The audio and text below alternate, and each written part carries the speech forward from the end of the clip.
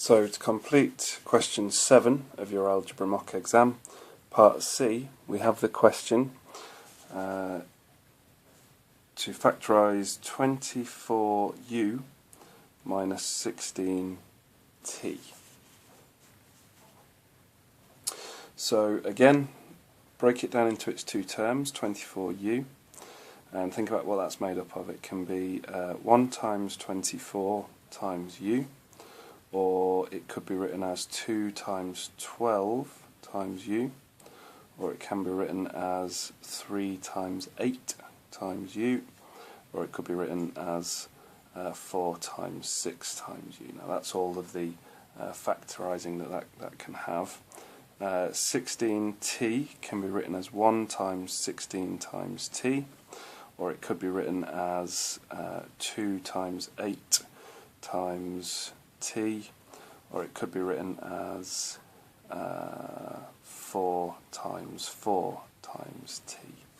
So that's all of the factors that it can be. So remember, we're looking now for the highest number, or the highest value that appears in both of these lists, and in this case it's this 8 here. That's the highest number that appears in both.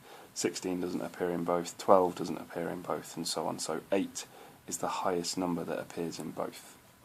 So therefore we can ignore that and that, we can ignore that, that and that. These are the two terms that we're interested in. These are the two ways of breaking those terms down that we're interested in. So let's take the 8 and put that on the outside of the bracket. Now we've used the 8 from both, so we can lose that.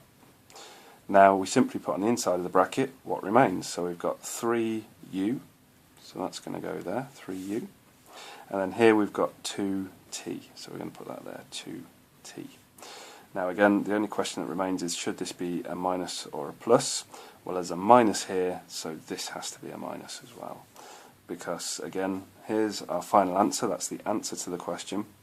But if we expand this out again, 8 times 3u gives us 8 times 3, which is 24 times u. And then 8 times 2t, or minus 2t, gives us minus 16t. So therefore, when we expand it out, we get back to our original formula, so we know that this is correct. So that answers question 7.